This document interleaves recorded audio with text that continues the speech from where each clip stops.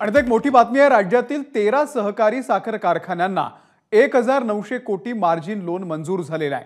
केंद्र सरकार एनसीडीसी मार्फत 1900 कोटी रुपये कर्ज देणार आहे। अमित शहांच्या ग्रीन सिग्नल नंतर या प्रस्तावाला मंजुरी देण्यात आलेली आहे।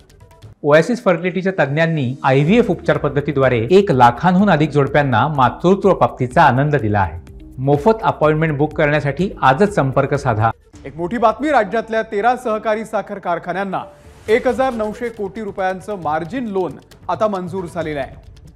केंद्र सरकार एनसीडीसीच्या मार्फत 1900 कोटी रुपयांचं हे कर्ज उपलब्ध करून देणार आहे। अमित शहा यांच्या ग्रीन सिग्नल नंतर या प्रस्तावाला आता मंजुरी देण्यात आलेली आहे।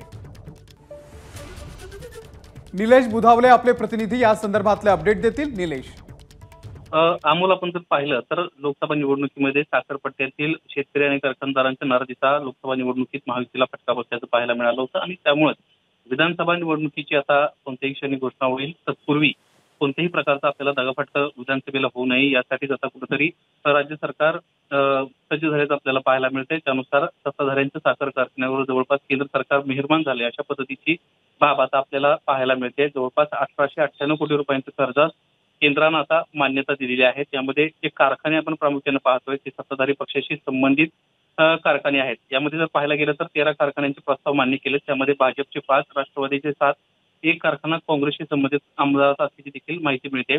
एकंदरीतच आगामी विधानसभा निवडणुकीत कुठल्याही प्रकारचा दगाफटका होऊ नये यासाठी राज्य सरकार सज्ज झाल्याचं पाहायला मिळतंय आणि त्यानुसारच आता ह्या आमदारांच्या कारखान्यांना देखील पैसे दिल्याचं पाहायला मिळतंय। यामध्ये लोकनेते सुंदररावजी सोळंकी साखर कारखाना बीड 104 कोटी रुपये, किसनवीर सातारा 350 कोटी रुपये, किसनवीर खंडाळा 150 कोटी रुपये, लोकनेते मारुतराव घुले पाटील कारखाना 150 कोटी अशा वेगवेगळ्या कारखान्यांना कोट्यवधींची रक्कम मंजूर केल्याचं आता आपल्याला पाहायला मिळतंय।